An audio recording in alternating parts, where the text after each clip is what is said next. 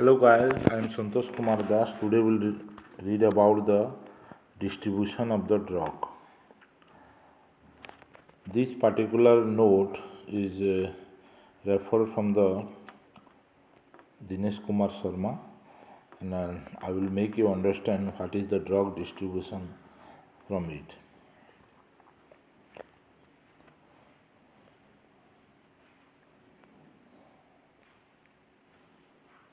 So, once a drug enters into the bloodstream, the drug is subjected to number of process called disposition process that tends to lower the plasma concentration. ये बोल रहा है कि जब एक drug blood stream में जाता है तो ड्रग ब्लड स्ट्रीम में जाके वो डिस्ट्रीब्यूट होता है। तो ड्रग ब्लड में पहुंचेगा, ब्लड से ड्रग टिश्यू में डिस्ट्रीब्यूट होगा और फिर ड्रग वहाँ से एलिमिनेशन होगा। ठीक है, ब्लड से टिश्यू में डिस्ट्रीब्यूट होगा, टिश्यू से फिर ड्रग ब्लड में आएगा। ठीक है, that process is called the drug distribution. तो डिस्ट्रीब्यूशन का मतलब है which involves the reversible transfer of drug between the compartment. तो डिस्ट्रीब्यूशन का मतलब है it is the reversible transfer of drug between the compartment. The compartment is mostly the one compartment is always the blood because drug remain in the blood, and the other compartment is the extracellular fluid or the tissue. Okay, this is called distribution. Then the elimination. Elimination involves the reversible loss of the drug from the body. It is the irreversible loss of the drug from the body. It composed of biotransformation and excretion. So elimination का मतलब है metabolism और excretion. तो first the distribution, the drug जब distribute हो जाएगा तो फिर आपको अभी चाहिए कि वो ड्रग बॉडी से फिर एलिमिनेट होना चाहिए। एलिमिनेट नहीं होगा तो टॉक्सिक इफेक्ट देखेगा ना। तो ड्रग एलिमिनेट कैसे होगा? तो ड्रग एलिमिनेट होने के लिए दो प्रोसेस काम करता है। एक है मेटाबॉलिज्म या बायोट्रांसफॉर्मेशन, मतलब उसमें क्या होगा, ड्रग का केमिस्ट्री चेंज होगा by the action of the enzymes. Enzymes जो लीवर्स में होंगे या वो एंजाइम्स ड्रग के ऊपर एक्ट करेंगे और वो ड्रग मेटाबोलाइज होगा। ठीक है, मेटाबॉलिज्म होने जब होगा फिर उसके बाद एक्सक्रीशन होगा। एक्सक्रीशन मतलब पूरा वो ड्रग बॉडी से बाहर चला जाएगा। एक्सक्रीशन मतलब ड्रग को बाहर चला जाना, एग्जिट हो जाना। ओके, सो मेटाबॉलिज्म और एक्सक्रीशन दोनों मिल के उसको कहा जाता है इलिमिनेशन, और ये एक इरिवर्सिबल लॉस है। ठीक है, ये रिवर्सिबल नहीं है एलिमिनेशन। ठीक, और डिस्ट्रीब्यूशन क्या है? Distribution is a reversible process for the drug transfer from the blood compartment to the tissue compartment. Okay, this is called the distribution. And both distribution and elimination along called the disposition process. Disposition का मतलब है जब भी कोई drug blood में पहुंच रहा है तो वो अपना पोजीशन चेंज कर रहा है, इधर से उधर जा रहा है, फिर पहले टिश्यू में जाएगा, फिर लीवर में जाके मेटाबोलाइज होगा, फिर किडनी में जाके एक्सक्रीशन होगा। तो ड्रग जो ब्लड से इधर उधर जा रहा है उसको बोलते हैं ड्रग डिस्पोजिशन। तो टोटल डिस्पोजिशन प्रोसेस को दो भाग किया गया है, एक है डिस्ट्रीब्यूशन, दूसरा है elimination. Okay, then under the distribution हम लोग क्या देखेंगे? Definition, factor affecting drug distribution. Drug distribution के अंदर जो फैक्टर्स है वो है tissue permeability of the drug, मतलब ड्रग का टिश्यू को क्रश करना। ठीक है ना, और ऑर्गन और tissue size and perfusion rate. एक ऑर्गन का साइज और टिश्यू, ऑर्गन और टिश्यू का साइज और उसका ब्लड परफ्यूजन रेट का मतलब है blood flow rate. Okay, then binding of drug to tissue components. Tissue component के साथ जो ड्रग बाइंड होगा उसके ऊपर स्टडी करेंगे। और मिसलेनियस मतलब ये इंपॉर्टेंट फैक्टर को छोड़ के अलग जो फैक्टर्स जो कि ड्रग डिस्ट्रीब्यूशन को अफेक्ट करता है वो सब फैक्टर को हम स्टडी करेंगे। फिर हम स्टडी करेंगे वॉल्यूम ऑफ डिस्ट्रीब्यूशन क्या है, फिर उसका सिग्निफिकेंस मतलब उसका इम्पोर्टेंस क्या है। ठीक है ना, और then one compartment open model, one non compartment method. Okay, so here in these notes we will discuss up to this point, volume of distribution and the significance. Okay, let's start. What is the definition of the drug distribution? Drug distribution is defined as the reversible transfer of the drug between one compartment to another compartment, where the one compartment is always the blood and another compartment is the extravascular tissue. तो blood और extravascular tissue को भी जो reversible transfer जो drug होगा उसको बोलते हैं क्या? Drug distribution. This is the definition for you.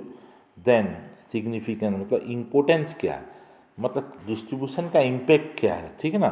So pharmacological action of the drug depends upon its concentration at the site of action. समझ गए? तो साइड ऑफ एक्शन में जितना ड्रग रहेगा तो फार्माकोलॉजिकल एक्शन उसी हिसाब से होगा, ठीक है ना. तो साइड अब जो एक्टिव साइट में अगर ज़्यादा ड्रग रहेगा तो फार्माकोलॉजिकल एक्शन ज़्यादा होगा, कम ड्रग रहेगा तो कम रहेगा. तो इसी हिसाब से डिस्ट्रीब्यूशन एक इम्पोर्टेंट रोल प्ले करता है. स्पेशली तीन चीज़ों को ज़्यादा इफेक्ट करता है. एक है onset of action. Onset of action में कितना जल्दी ड्रग एक्शन दिखा रहा है, ठीक है ना. जितना जल्दी ड्रग डिस्ट्रीब्यूट होकर पहुंचेगा एक्टिव साइट में तो उतना जल्दी वो ड्रग अपना एक्शन दिखाना शुरू करेगा. उसको बोलते हैं ऑनसेट ऑफ एक्शन. कितना जल्दी वो ड्रग अपना एक्शन दिखा रहा है. Intensity of action. इंटेंसिटी मतलब पावर, कितना पावर है एक्शन में, ड्रग का एक्शन में कितना पावर है, ठीक है ना. उसको बोलते हैं हम इंटेंसिटी ऑफ एक्शन. मतलब जितना ज़्यादा ड्रग जाए एक्टिव साइट में रहेगा उतना पावर रहेगा. जितना ड्रग अच्छा डिस्ट्रीब्यूट होगा उतना अच्छा पावरफुल एक्शन होगा, ठीक है. और ड्यूरेशन ऑफ एक्शन, जितना देर तक वो ड्रग एक्टिव साइट में रह पाएगा उसको बोलते हैं हम क्या? Duration of action. मतलब जितना देर तक वो ड्रग एक्टिव साइट में रहेगा उतना देर तक अपना वो ड्रग एक्शन प्रोड्यूस कर पाएगा, ठीक है. तो डिस्ट्रीब्यूशन डायरेक्टली ये तीनों चीज़ों को अफेक्ट करता है. एक है क्या? ऑनसेट ऑफ एक्शन, कितना जल्दी एक्शन हो. इंटेंसिटी मतलब कितना पावरफुल एक्शन हो. और दूसरा ड्यूरेशन, कितना देर तक वो एक्शन हो. ये तीनों चीज़ों को डिस्ट्रीब्यूशन अफेक्ट कर रहा है. This is the significance of the drug distribution. Steps in the drug distribution, ठीक है. तो ड्रग डिस्ट्रीब्यूशन जो होता है बेसिकली 2 स्टेप्स है. बिकॉज ड्रग क्या है वो कैपिलरी में रहते हैं. तो फर्स्ट स्टेप देखते हैं क्या? The permission of free drug through capillary wall and enter into extra cellular fluid. Okay, enter into extra cellular fluid. ये पॉइंट बोल रहा है कि कोई भी ड्रग, पहला क्या है स्टेप होता है ड्रग डिस्ट्रीब्यूशन 2 स्टेप में होंगे. तो फर्स्ट स्टेप क्या होगा? ब्लड कैपिलरी से ड्रग को निकलना होगा, ठीक है ना. तो ब्लड जब ड्रग एब्जॉर्ब हुआ है तो वो ब्लड में गया है सिस्टमिक सर्कुलेशन में. सिस्टमिक सर्कुलेशन में जाके वो प्लाज्मा प्रोटीन के साथ बाइंड हुआ है. जब ड्रग, कोई भी ड्रग प्रोटीन के साथ जब तक बाइंड हुआ है तो वो ड्रग तो कैपिलरी से नहीं निकल पाएगा क्योंकि उसका साइज बड़ा हो गया. तो जो ड्रग फ्री फॉर्म है, that's why permission of free drug यहाँ लिखा है. जो ड्रग फ्री फॉर्म है वो कैपिलरी थ्रू वॉल थ्रू से बाहर आके वो कैपिलरी से जब वो निकलेगा तो एक्स्ट्रासेलुलर फ्लूइड में वो जाएगा, ठीक है ना. कैपिलरी से निकल के उसको कहाँ जाना है? उसको टिश्यू में जाना है. तो फर्स्ट स्टेप उसका है कैपिलरी से निकलना, कैपिलरी वॉल को क्रॉस करके आना. तो कैपिलरी ड्रग ब्लड से होकर एक्स्ट्रासेलुलर फ्लूइड में कैपिलरी वॉल थ्रू में आएगा. ये फर्स्ट स्टेप है. दूसरा स्टेप क्या है? एक्स्ट्रासेलुलर फ्लूइड से इंट्रासेलुलर फ्लूइड में जाना. Okay, permission of drop from the extracellular fluid to the intracellular fluid through the membrane of the tissue cell, ठीक है ना. कोई भी ऑर्गन, कोई भी टिश्यू, कुछ भी हो वो तो सेल से बना है ना. तो सेल का एक तो मेम्ब्रेन है. जब एक्स्ट्रा सेलुलर फ्लूइड में ड्रग आ गया ब्लड कैपिलरी से तो अभी वो टिश्यू में घुसेगा. टिश्यू में घुसेगा तो टिश्यू के अंदर क्या होगा? टिश्यू सेल से बना है, सेल के अंदर क्या होगा? इंट्रा सेलुलर फ्लूइड होगा. तो एक्स्ट्रा सेलुलर फ्लूइड से इंट्रा सेलुलर फ्लूइड के जाने के रास्ते में ड्रग को क्या मिलेगा?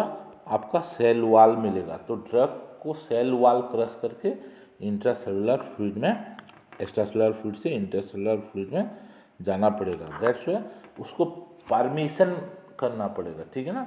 तो permission of drop from the extracellular fluid to intracellular fluid through the membrane of the tissue cell। तो सेल मेम्ब्रेन को ड्रग को क्रश करना, ये उसका दूसरा स्टेप है।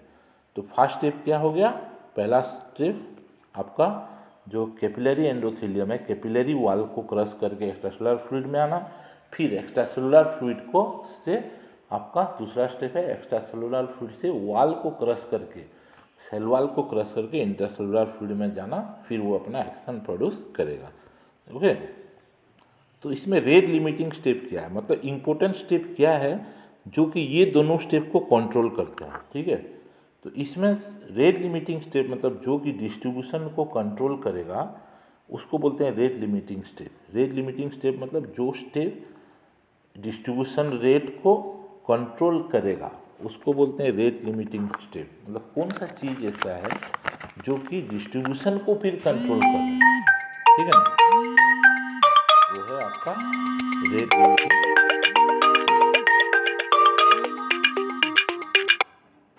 ठीक है, तो rate of perfusion to the extra cellular fluid, ये पहला रेट लिमिटिंग स्टेप है। रेट ऑफ परफ्यूजन मतलब ब्लड फ्लो जितना अच्छा होगा डिस्ट्रीब्यूशन उतना अच्छा होगा। एक ऑर्गन में जितना ब्लड फ्लो होगा उतना अच्छा डिस्ट्रीब्यूशन होगा। फिर रेट ऑफ परफ्यूजन मतलब ब्लड फ्लो कैसा है, ऑर्गन में अगर अच्छा ब्लड फ्लो है तो अच्छा डिस्ट्रीब्यूशन होगा, बुरा ब्लड फ्लो है तो बुरा डिस्ट्रीब्यूशन होगा। Membrane permeability of the drug, ये दूसरा चैलेंज है, मेम्ब्रेन को क्रश करना। मेम्ब्रेन कैसा है, ठीक है ना, मेम्ब्रेन को क्रश करना वो भी एक चैलेंज है। तो ब्लड जितना अच्छा फ्लो होगा उतना अच्छा डिस्ट्रीब्यूशन होगा। दूसरा, मेम्ब्रेन को जैसा क्रश कर पाएगा, अगर आसानी से वो ड्रग मेम्ब्रेन को क्रश कर पाया तो अच्छा डिस्ट्रीब्यूशन होगा, आसानी से नहीं क्रश कर पाया तो फिर अच्छा डिस्ट्रीब्यूशन नहीं होगा। तो दो चीज़ याद रखिए, एक है ब्लड फ्लो या परफ्यूजन, दूसरा है मेम्ब्रेन परमेबिलिटी, मतलब सेल वॉल का मेम्ब्रेन को परमेबल कैसे करता है, वो ये दोनों चीज़ इफेक्ट करेगा डिस्ट्रीब्यूशन को। मतलब ये दोनों जो स्टेप्स है वो डिस्ट्रीब्यूशन को कंट्रोल कर रहे हैं, वो that's why these are called as the rate limiting step in the drug distribution. तो ये देखिए डिस्ट्रीब्यूशन प्रोसेस हियर, ये this is the capillary wall, this is the capillary wall. Okay, ये क्या है आपका कैपिलरी वॉल है। कैपिलरी के वॉल का लेफ्ट साइड में you can see it is the blood. Okay, then after the capillary wall it is the extracellular fluid, and after the extracellular fluid you can see there is the cell membrane. Okay, there is the control the bilayer phospholipid cell membrane, then intracellular fluid। ठीक है ना, तो ये drug जो यहाँ से blood से लेके जो इंट्रासेलुलर फ्लूइड में पहुँचेगा इसी को ही तो हम कहते हैं ड्रग डिस्ट्रीब्यूशन। तो यहाँ आप देख सकते हो ये ब्लड है, ब्लड में देखो ये ड्रग जो है ये आपका पी लिखा है, बड़ा पी, और ड्रग जो है वो डी लिखा है, राइट। तो ड्रग जो है वो प्रोटीन के साथ बाइंड है। ओके, जो पी और डी जो लग के है ये ड्रग क्या है, प्रोटीन के साथ बाइंड है। कुछ ड्रग जो है प्रोटीन के साथ बाइंड है, हो सकता है कुछ ड्रग पॉजिटिव चार्ज हो मतलब आयोनिक फॉर्म में हो सकता है ड्रग नेगेटिव हो मतलब वो भी आयोनिक फॉर्म में हो सकता है ड्रग में कुछ चार्ज ना हो मतलब ये ऑन आयोनाइज्ड फॉर्म में हो, समझ गए। हो सकता है ड्रग आयोनाइज्ड फॉर्म में हो पॉजिटिव या नेगेटिव, हो सकता है ड्रग ऑन आयोनाइज्ड फॉर्म में हो, या हो सकता है ड्रग प्रोटीन के साथ बाइंड फॉर्म में हो, ठीक है ना। तो ये कंडीशन में वो कैपिलरी से ड्रग कैसे निकलेगा हम देखेंगे। तो यहाँ तो एक चीज़ क्लियर हो जाता है, जब ड्रग प्रोटीन के साथ बाइंड है तो ये देखिए ये आपका जो तीर है ये पीछे आ गया, मतलब ये ड्रग अभी ब्लड कैपिलरी वॉल को क्रश करके एक्स्ट्रासेलुलर फ्लूइड में नहीं आ पाएगा जब तक ये प्रोटीन के साथ बाइंड है, ठीक है। फिर देखते हैं आपका जो ड्रग ये चार्ज ड्रग है मतलब आयोनाइज्ड ड्रग है, D+ लिखा है, ये आयोनाइज्ड ड्रग है, ठीक। ये वॉल को कैपिलरी वॉल को ये क्रश करके आ जाएगा, ठीक है। कैपिलरी वॉल को क्रश करके आयोनाइज्ड ड्रग आ जाएगा, ठीक है। Polar ionized drug of size greater than equal to 50 daltons, ठीक है, ये कैपिलरी वॉल को क्रॉस करके आ जाएगा। और अगर ड्रग अनआयनाइज्ड फॉर्म में भी है वो भी आसानी से कैपिलरी वॉल को क्रॉस करके आ जाएगा, ठीक।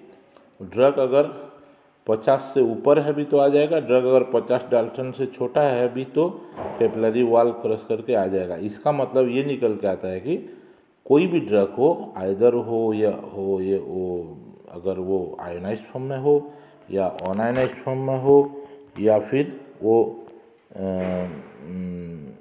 पोलर हो या अनपोलर हो, जो भी, लेकिन अगर प्रोटीन के साथ बाइंड नहीं है, अगर फ्री फॉर्म में है तो आसानी से वो कैपिलरी वॉल क्रॉस करके आ सकता है। तो ये एक इम्पोर्टेंट चीज़ है,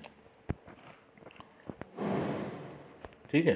तो पहला जो ड्रग का बैरियर है ये कैपिलरी वॉल वाला बैरियर ड्रग ने क्रॉस कर लिया, ठीक है। फिर ड्रग आ गया आपका कहाँ, एक्स्ट्रा सेलुलर फ्लूइड में।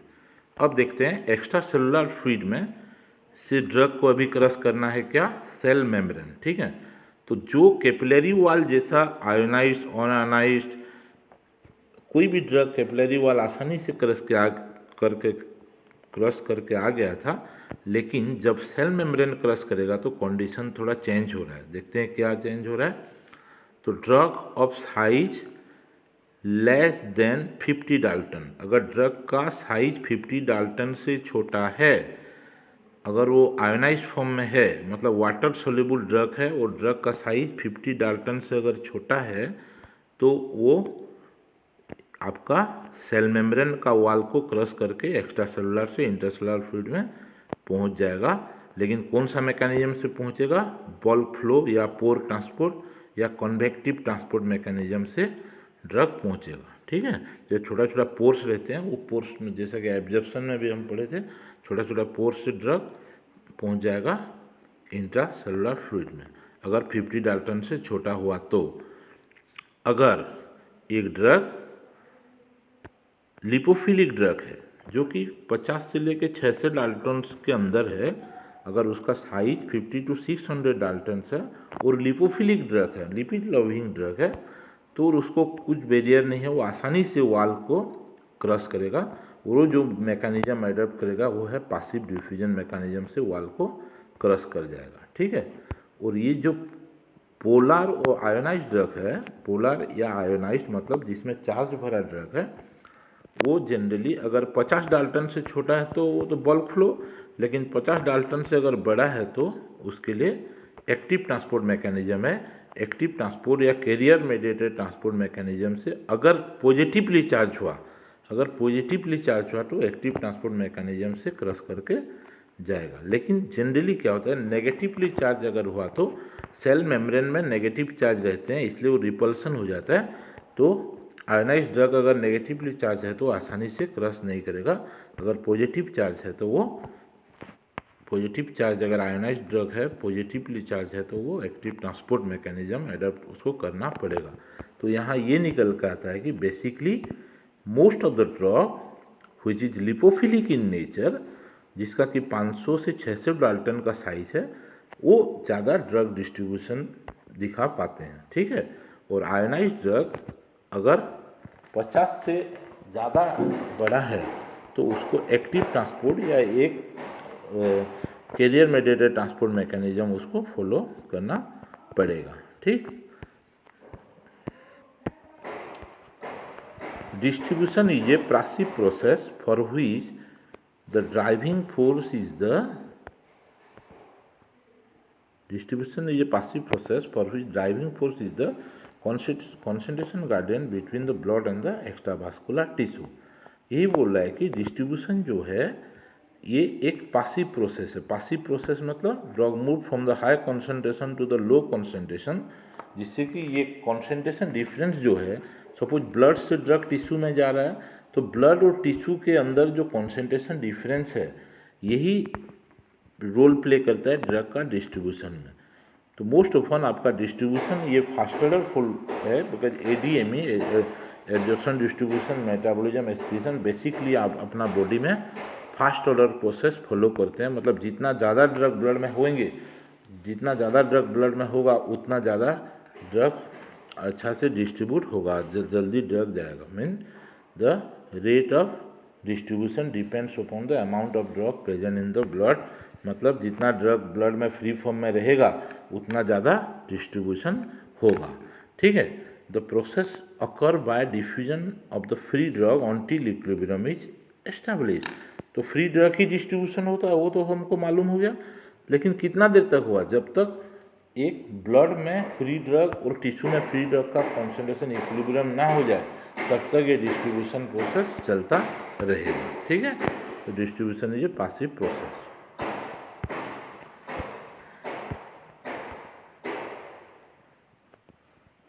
Why the distribution is not uniform throughout the body? Because the tissue receive the drug from the plasma at different rate and different extent। मतलब अपना बॉडी का टिश्यू अलग अलग जगह पे अलग अलग टाइप का टिश्यू है, सब अलग अलग टाइप का ऑर्गन का साइज अलग है, ब्लड फ्लो अलग है। मसल में जैसा ब्लड फ्लो होगा आपका अलग अलग ऑर्गन में अलग अलग ब्लड फ्लो। जैसे कि बॉडी में बहुत सारा ऑर्गन है, जैसे कि लीवर हो गया, किडनी हो गया, ब्रेन हो गया, उसमें ड्रग जल्दी, वहाँ ब्लड फ्लो ज़्यादा रहता है, इसलिए वहाँ ड्रग जल्दी पहुँचेंगे। लेकिन मसल हो गया, बोन हो गया, इसमें ड्रग क्या होगा, आपका फैट टिश्यू हो गया, उसमें ड्रग क्या होगा, लेट में पहुँचेगा, क्योंकि वहाँ ब्लड फ्लो कम है तो वहाँ लेट में ड्रग पहुँचेगा। तो ऑर्गन का साइज, ब्लड फ्लो, ये सब डिसाइड करेंगे कि कौन से ऑर्गन में कितना जल्दी ड्रग पहुँचेगा। ऐसा नहीं है कि बॉडी का हर एक ऑर्गन में ड्रग इक्विवेलेंट हिसाब से पहुँचेगा, इक्विवेलेंट हिसाब से डिस्ट्रीब्यूशन होगा, ऐसा नहीं होता है। ऑर्गन टू ऑर्गन उसका डिस्ट्रीब्यूशन इफेक्ट मतलब चेंज होता है। जैसे कि यहाँ लिखा है किडनी का लीवर पहला लिखा है ऑर्गन परफ्यूज्ड। देखिए लीवर हाईली परफ्यूज्ड है, यहाँ कितना ब्लड जाता है, 1700 ml पर मिनट ब्लड पहुँचता है लीवर में, किडनी में 1000 पर मिनट पहुँचता है, ब्रेन CNS में 800 पहुँचता है पर मिनट, मायोकार्डियम मतलब आपका हार्ट में 250, फैट में 250, ऐसा उसी हिसाब से आपका और ऑर्गन का मास के हिसाब से लीवर कितना बड़ा है देखो बाकी ऑर्गन से। ठीक है, और फैट तो बॉडी में बहुत ज़्यादा है ही, तो इसी हिसाब से ड्रग जो होता है डिस्ट्रीब्यूशन होता है। ठीक, जितना ज़्यादा ब्लड फ्लो होगा, जितना ऑर्गन का साइज बड़ा होगा, उतना ज़्यादा ड्रग डिस्ट्रीब्यूट होगा। ठीक है, ये टेबल से आप इस चीज़ों को समझ सकते हैं। Factor affecting the drug distribution, ये इंपॉर्टेंट चीज़ है। ड्रग डिस्ट्रीब्यूशन को कौन कौन सा फैक्टर अफेक्ट करता है, तो इसमें जनरली आपका 4 फैक्टर है। फर्स्ट है tissue permeability of the drug, जो ग्रीन कलर में लिखा है। Point 2 organ tissue size and perfusion rate, कितना टिश्यू का साइज क्या है और ब्लड फ्लो क्या है। तीसरा binding of drug to tissue component, मतलब ब्लड प्लाज्मा प्रोटीन के साथ ड्रग बाइंड है, जितना ज़्यादा बाइंड होगा वो अफेक्ट करेगा डिस्ट्रीब्यूशन को। टिश्यू जहाँ ड्रग डिस्ट्रीब्यूट हो रहा है वहाँ जाके बाइंड हो रहा है ड्रग, फिर तो एक्शन प्रोड्यूस करेगा, वो भी डिस्ट्रीब्यूशन को अफेक्ट करेगा। टिश्यू के साथ ड्रग का बाइंड कैसा है, प्लाज्मा प्रोटीन के साथ ड्रग का बाइंड कैसा है। ठीक है, अलग अलग ड्रग का बाइंडिंग कैपेसिटी अलग होता है, इसलिए ये सब चीज़ अफेक्ट करेगा किसको, डिस्ट्रीब्यूशन को। मिसलेनियस में ये तीनों फैक्टर को छोड़ के बाकी जितना फैक्टर है वो उस मिसलेनियस में सब हम डिस्कस करेंगे। तो फर्स्ट है tissue permeability of the drug. तो टिश्यू को क्रश करना, it is called tissue permeability. Tissue मतलब जो ऑर्गन में ड्रग को डिस्ट्रीब्यूट होना है, जो ऑर्गन में ड्रग को डिस्ट्रीब्यूट होना है, या अगर डिस्ट्रीब्यूट होना है तो टिश्यू को क्रश तो करना पड़ेगा ना, टिश्यू वाल को। तो वाल को क्रश करना, इसको बोलते हैं tissue permeability of the drug. किससे, एक ड्रग का अलग अलग ड्रग का वाल को क्रश करने का कैपेसिटी अलग अलग है, तो वाल को पार करने का कैपेसिटी अलग है। तो ये टिश्यू परमेबिलिटी जो है वो किसके ऊपर डिपेंड करता है।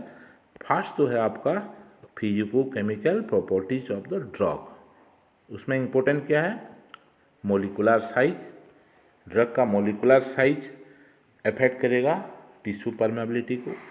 ड्रग का पीके मतलब डिसोसिएशन कांस्टेंट वैल्यू अफेक्ट करेगा टिश्यू परमेबिलिटी, और O/W मतलब लिपोफिलिसिटी और पार्टीशन कोफिशिएंट, ये अफेक्ट करेगा आपका टिश्यू परमेबिलिटी को। ठीक है, तीन चीज़, एक है molecular size, pK of the drug और partition coefficient of the drug, this will affect the tissue permeability.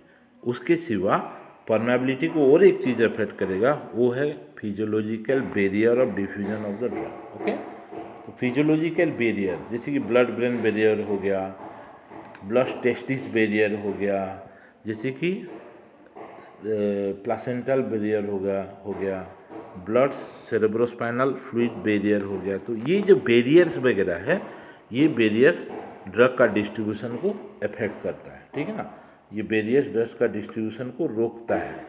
मतलब ड्रग, ये बैरियर जहाँ जहाँ पे अपना बॉडी में हर एक जगह पे ये बैरियर नहीं है, जहाँ जहाँ पे ये बैरियर है वहाँ ड्रग का डिस्ट्रीब्यूशन अलग होगा।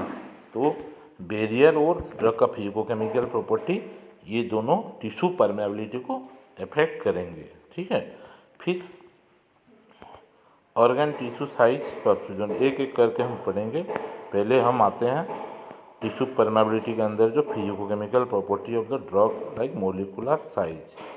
ठीक है,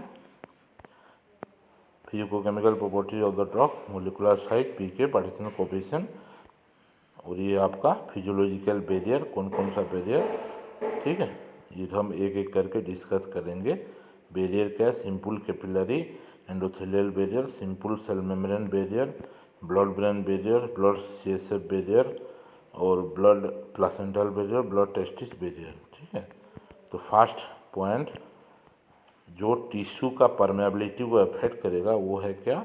physicochemical properties of the drug. ठीक है, उसके अंदर ड्रग का प्रॉपर्टी के अंदर फर्स्ट हम डिस्कस करेंगे मोलिकुलर साइज।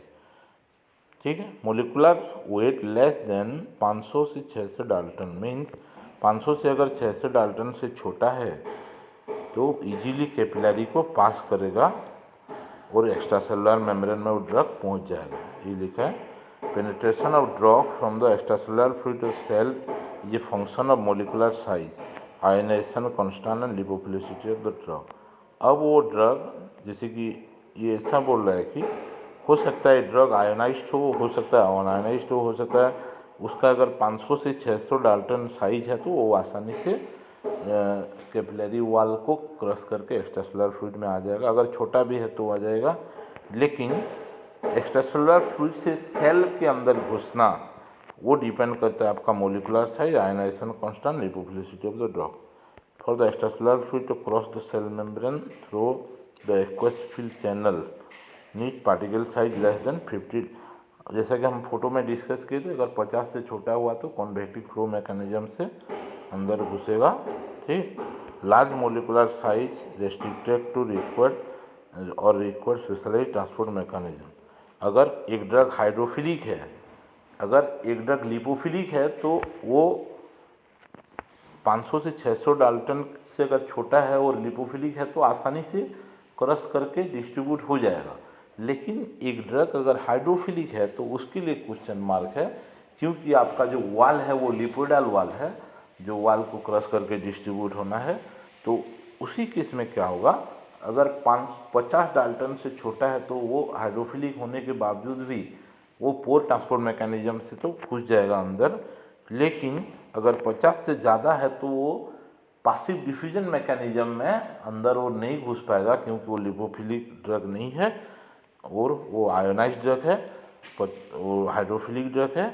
लेकिन उसके लिए आपको एक्टिव ट्रांसपोर्ट जैसा स्पेशलाइज्ड मैकेनिज्म चाहिए अंदर जाने के लिए। ठीक है, यही चीज़ बोल रहा है।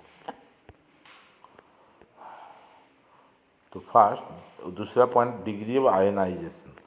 तो ionization, the pH at which the half of the drug is unionized it is called pK।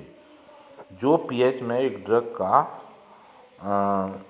आधा अनायनाइज्ड हो जाता है, मतलब आधा आयनाइज्ड रहता है और आधा अनायनाइज्ड रहता है, जो pH में वही pH का जितना नंबर वो pH रहेगा उसी को कहते हैं ड्रग का डिसोसिएशन कांस्टेंट और पीके। ओके, जैसे कि हम जानते हैं एक वीकली एसिडिक ड्रग एक तो स्ट्रॉन्ग बेसिक मीडियम में, पीएच अगर स्ट्रॉन्ग बेस हुआ, जैसे कि आपका स्टोमक का pH 1 से 3 है, तो ऐसा pH में अगर वीकली एसिडिक ड्रग को डालेंगे तो वो अनआयनाइज्ड फॉर्म में रहेगा, ठीक है ना। वही वीकली एसिडिक ड्रग को अगर हम बेसिक एनवायरनमेंट में डालेंगे तो वो आयोनाइज्ड होगा, ओके। ऐसा अगर एक वीकली बेसिक ड्रग, अगर एक ड्रग बेस है, वीक बेस है, उसको अगर हम बेसिक एनवायरनमेंट में डालेंगे, जैसे कि इंटेस्टाइन हो गया, इंटेस्टिनल एनवायरनमेंट या बेसिक एनवायरनमेंट में डालेंगे, या ब्लड हो गया, ब्लड भी तो आपका 7.4 है, एक्स्ट्रासेलुलर फ्लूइड तो 7.4 है, तो वो अगर आपका न्यूट्रल पीएच या कोई बेसिक पीएच में हमको डालेंगे एक वीक बेस को, तो वो वहाँ अनआयनाइज्ड फॉर्म में रहेगा। अगर एक वीक बेस को अगर एक एसिडिक एनवायरनमेंट में डालेंगे, एसिडिक पीएच में डालेंगे, तो वो वहाँ आयोनाइज्ड हो जाएगा, ठीक है। तो ये चीज़ समझने का चीज़ है। एक वीकली एसिडिक ड्रग आयोनाइज्ड होने के लिए, अच्छा से आयोनाइज्ड होने के लिए एक तो बेसिक एनवायरनमेंट चाहिए। अगर एसिड को एसिड में रखें तो अनआयनाइज्ड फॉर्म में, आयोनाइज्ड अच्छा से नहीं होगा। ऐसा बेस को बेस में रखें तो बेस में वो अच्छा से आयोनाइज्ड नहीं होगा, ठीक है। दिस इज एक जनरल रूल है ये।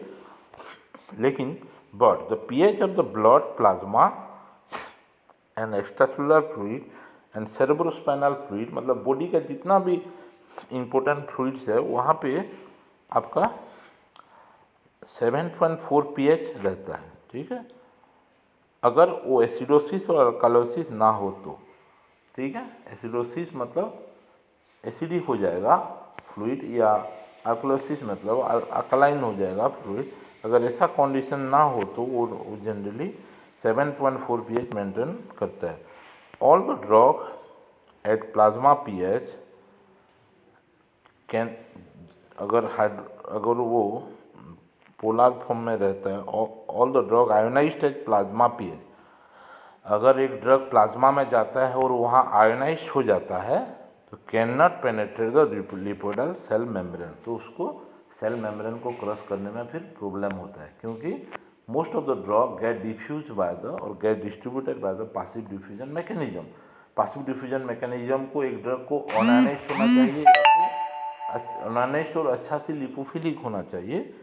अगर वो ड्रग आयोनाइज्ड हो जाता है पीएच आपका ब्लड में, तो वो अच्छा से फिर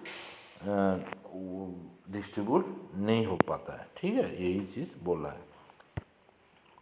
फिर आ गया क्या, O by W property of the drug, मतलब O बाय डब्ल्यू मतलब ये है आपका लिपोफिलिसिटी या पार्टीशन कोफिशिएंट। ए पोलर और hydrophilic drug are less like to cross the cell membrane, ठीक है। सेल मेम्ब्रेन को क्रॉस करने के लिए एक ड्रग को लिपोफिलिक, जितना ज़्यादा लिपोफिलिसिटी होगा एक ड्रग में, उतना अच्छा से वो सेल मेम्ब्रेन को क्रॉस कर पाएगा, क्योंकि सेल मेम्ब्रेन जो है वो फॉस्फोलिपिड से बना है, इसीलिए लिपोफिलिक ड्रग आसानी से क्रॉस कर पाएगा। और पोलर एंड हाइड्रोफिलिक ड्रग जो है वो अच्छा से सेल मेम्ब्रेन को क्रॉस नहीं कर पाती, यही बोल रहा है। Non polar and hydrophobic drug जो है are more likely cross the cell membrane. तो effective partition coefficient KO by W is equal to fraction of the drug remain unionized, कितना ड्रग अनआयनाइज्ड रह रहा है at the 7.4 pH into partition coefficient of the unionized drug, KO by W of the unionized drug. दोनों को अगर multiple कर दिया जाए तो निकलेगा क्या, इफेक्टिव पार्टीशन कोफिशिएंट, ठीक है। तो इफेक्टिव पार्टीशन कोफिशिएंट जितना ज़्यादा होगा वो ड्रग उतना ज़्यादा आसानी से वाल को क्रॉस करके डिस्ट्रीब्यूट हो सकता है। तो इसमें ये निकल के आता है एक कि पार्टीशन कोफिशिएंट अच्छा होने से ज़्यादा ड्रग डिस्ट्रीब्यूट होगा, कम होने से अच्छा डिस्ट्रीब्यूट नहीं होगा, ठीक है। इसमें लेकिन एक चीज़ है कि एक तो बैलेंस भी होना चाहिए, हाइड्रोफिलिक और लिपोफिलिक बैलेंस भी होना चाहिए। In case of the polar drug, where the permeability is a rate limiting state in the distribution, मतलब पोलर ड्रग के केस में, पोलर मतलब जो कि वाटर सोल्यूबल ड्रग है उसको पोलर ड्रग बोलते हैं। तो वाटर सोल्यूबल ड्रग जो है, जो पोलर ड्रग है, वहाँ permeability always a question mark. The permeability is the rate limiting step in the drug distribution. तो वहाँ पे driving force is the effective partition coefficient of the drug, वहाँ effective partition coefficient decide करता है कि कितना ज़्यादा ड्रग डिस्ट्रीब्यूट होगा। That can be calculate by the above formula. Effective partition coefficient equal to ये जो हमने फार्मूला पढ़ा। ओके, यहाँ कुछ लाइन है। Lipoidal drug penetrate the tissue rapidly among the drugs which shows same. अगर दो ड्रग है उसका लिपोफिलिसिटी अगर सेम है और ionisation both different in ionisation of the blood pH, ठीक है, तो यही बोल रहा है। तो अगर एक दो ड्रग का लिपोफिलिसिटी सेम है तो वहाँ कितना अनआयनाइज्ड और कितना आयोनाइज्ड रहा वो डिसाइड करेगा कि उसमें कौन कौन सा ड्रग जल्दी डिस्ट्रीब्यूट होगा, ज़्यादा डिस्ट्रीब्यूट होगा, ठीक है। One of which has the less ionisation shows better distribution, ठीक है। अगर वो ड्रग PKO/W सेम है दो ड्रग का, तो जिसका आयनाइजेशन कम होगा वो अच्छा डिस्ट्रीब्यूट होगा, जिसका आयनाइजेशन ज़्यादा होगा अच्छा डिस्ट्रीब्यूट वो नहीं होगा। वही चीज़ बोल रहा है। जैसे कि फेनोबार्बिटल और सैलिसिलिक एसिड का KO/W वैल्यू सेम है, मतलब उसका पार्टीशन कोफिशिएंट वैल्यू सेम है, लेकिन उसका आयनाइजेशन अलग है। तो फेनोबार्बिटल ज़्यादा अनआयनाइज्ड है, इसलिए वो ब्लड पीएच में ज़्यादा, ब्लड का 7.4 पीएच में ज़्यादा वो अनआयनाइज्ड फॉर्म में रहता है, इसलिए वो अच्छा से डिस्ट्रीब्यूशन होता है, ठीक। Highly specialised and the less permeable to water soluble drug, highly specialised and less permeable to water soluble drug, ठीक है। वाटर सोल्यूबल अगर ड्रग हुआ तो अच्छा से परमेशन नहीं होगा, ठीक। तो ये चीज़, ये तीनों पॉइंट, तो बैरियर से पहले हमने 3 पॉइंट डिस्कस किया। पहला पॉइंट क्या था आपका degree, the first point was the molecular size. Molecular size में आपका जो कंक्लूजन ये निकल के आता है कि अगर पासिव डिफ्यूजन मैकेनिज्म से ऑब्जर्व होना है तो उसको 600 या 500 डाल्टन से कम साइज रहना होगा एक ड्रग को, तो पासिव डिफ्यूजन मैकेनिज्म से अच्छा से क्रश करके वो डिस्ट्रीब्यूशन होगा। लेकिन वो ड्रग अनआयनाइज्ड फॉर्म में रहना चाहिए और उसका लिपोफिलिसिटी अच्छा होना चाहिए, ठीक है। लेकिन एक ड्रग अगर हाइड्रोफिलिक भी है भी तो वो अच्छा डिस्ट्रीब्यूट होगा। कब होगा?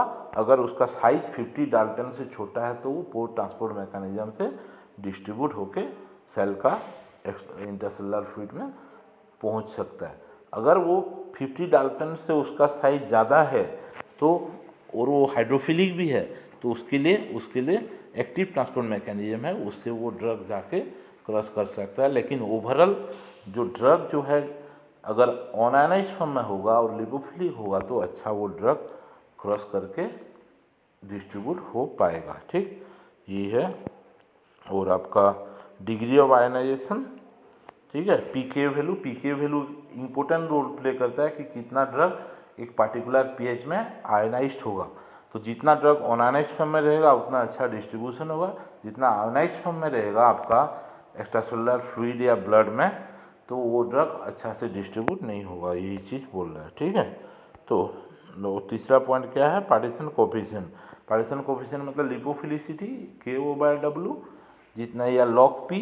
अगर ये वैल्यू पार्टीशन कोफिशिएंट अगर ज़्यादा कम हुआ तो ज़्यादा अगर हाइड्रोफिलिक की तरफ जा रहा है तो अच्छा से डिस्ट्रीब्यूट नहीं होगा, ज़्यादा अगर लिपोफिलिक की तरफ जा रहा है तो अच्छा से डिस्ट्रीब्यूट होगा, क्योंकि वो वाल को जो क्रॉस करके टिश्यू परमेबिलिटी जो होगा, टिश्यू परमेबिलिटी के लिए अच्छा वाल को क्रॉस टिश्यू को परमेशन करने के लिए एक ड्रग का लिपोफिलिक होना जरूरी है, यही है। तो ये तीनों चीज़ कैसे परमेबिलिटी को अफेक्ट कर रहा है हम लोग अभी पढ़ लिए, ठीक है। तो नेक्स्ट क्लास में हम पढ़ेंगे physiological barriers for the distribution of the drug.